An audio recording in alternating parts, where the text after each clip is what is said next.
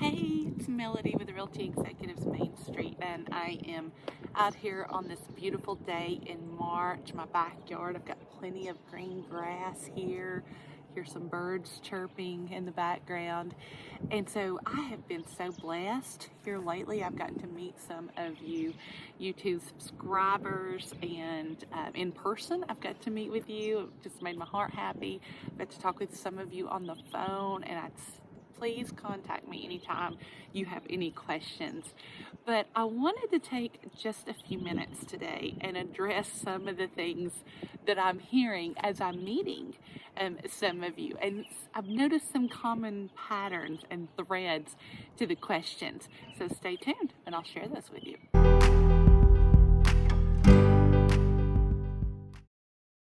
So one of the first questions when people first move here, they ask, okay, what is a septic tank? If you live in most rural areas, I should say, not all, but most rural areas, you are not going to have a property that is hooked up to what we call a city sewer. And so instead you have a septic tank. And septic tanks are nothing to be afraid of. As long as you are treating them the way they need to be treated, not putting unnecessary things down your drains, getting them, pumped once every 3 years, you're going to be just fine. It's nothing to be scared of. But it's basically where your waste goes in lieu of a city sewer, except you're kind of responsible for it instead of the city. Another question that gets asked a lot, especially if someone's buying just property, there's no home on it, it's just property. There's a series of studies, tests that you can do on that property before the deal goes through. You can find out, can I get a building permit for this property? Or can I put a well on this property? There can be a well test done. Will the property perk? Perk means will the soil take the waste that's put into it, and will it, it's almost like an absorption rate kind of thing.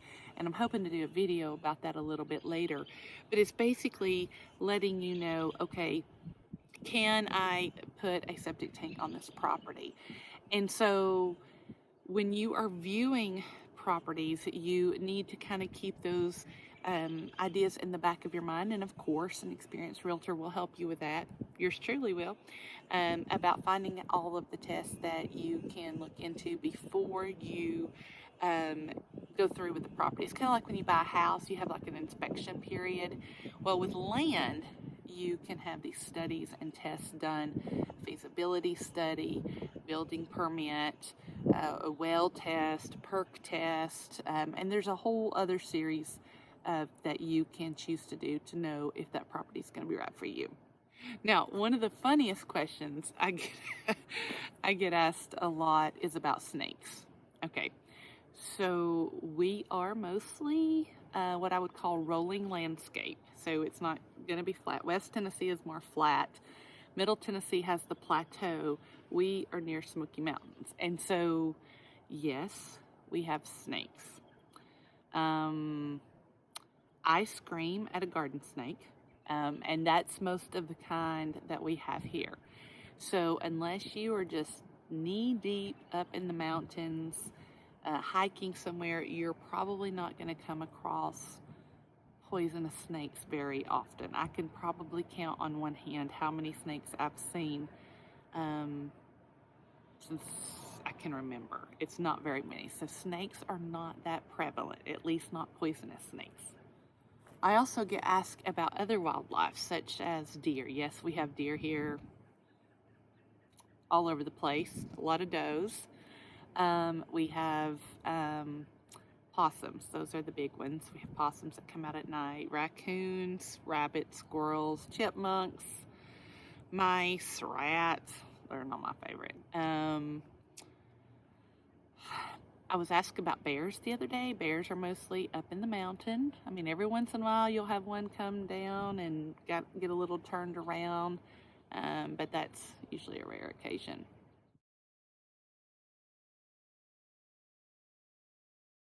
Our schools, most of our schools here start in early August, and we're out by the end of May. Usually we're out by Memorial Day. Another thing that's sometimes alarming for newcomers to our state is there are certain neighborhoods and certain communities where you have to have a subscription service to the fire department. And on the purchase and sale agreement, especially if you purchase a home, the seller will disclose what the local fire department is that services your area. And then it is your job as a buyer or your realtor's job to find out if that is a subscription service where you pay like a yearly fee, or if it is complimentary by the city. I will say most of the areas I can think of off the top of my head are going to be subscription based. So you might say, well, what if I don't pay for the subscription? Well, if an unfortunate event happened and there was a fire at your house and the fire department had to be called, then you would be charged for their time, their service, and what materials they use, how much water and things they use to put out that fire. So, of course, it's completely up to you, but that is often something that's surprising to newcomers who are moving to East Tennessee. Does your grass stay green all year?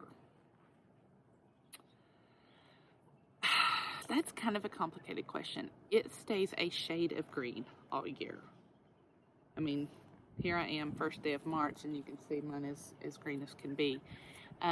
So it does stay a shade of green. In the winter, it gets a little bit lighter, but yes, it does stay green. We'll ask, do you have poison oak?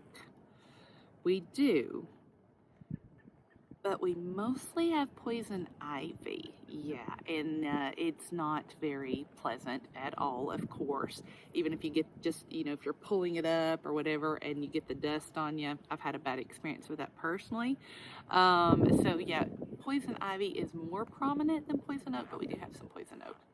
Another fun thing that we have in our state that's sometimes surprising to folks moving in is we have, not all over the place, but we have kudzu. And when I was little, I'll be honest with you, I thought kudzu was like a kind of dinosaur because it's this vine that just grows and just attaches itself to trees and structures. And so they would kind of make these dinosaur shapes because it's growing on a structure, and then eventually it completely surrounds it unless you control it. So kudzu, yeah, you'll see that here in East Tennessee. Another thing, now I know termites can be anywhere, I understand that, but it is highly recommended that when you move to Tennessee, you do get a termite inspection, just because, again, we have a lot of trees. We are mostly, when you think about our state as a whole, we have a lot of nature, and so it is highly recommended that you get that termite inspection to have peace of mind, because nobody wants to deal with that, that's for sure. So that's another thing that people who are not natives to Tennessee are often surprised. Why do I need a termite inspection? Yeah, you do. Just be on the safe side. They're usually fairly inexpensive. Just do it. I would rather for you to be out a few dollars to have the assurance that you don't have termites than to have several $100s, maybe even thousands, and find out you do have termites. That's not fun either. You do not need snow tires here. Don't need a snow blower here. Someone asked me the other day who was visiting from north, do you guys even sell snow tires? Not that I'm even aware of. Yep, not a big thing here. Don't usually need chains for your vehicles to put on your tires. Don't usually use that because it snows and the whole area will shut down for like a day or so, and then we're good. So yeah, probably don't need those. Final question.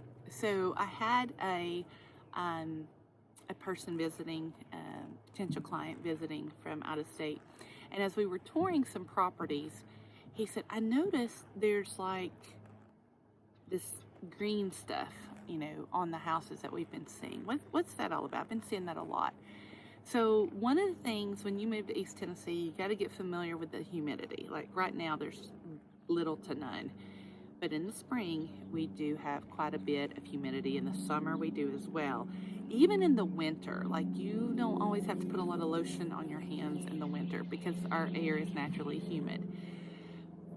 The negative part of that is because of that humidity, we will often get green residue on the sides of houses.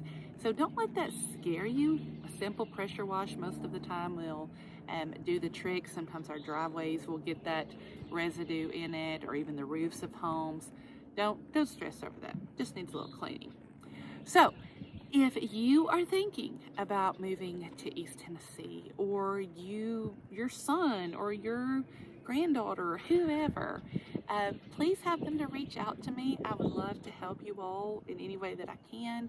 I was recently recognized as that YouTube lady, so that made my heart happy. So feel free to share this video with anybody. And if you have any ideas of things that you want me to cover, please look at my contact information below. Reach out to me. I am always looking for new ideas to help you guys learn about my sweet state of Tennessee. Have a great day.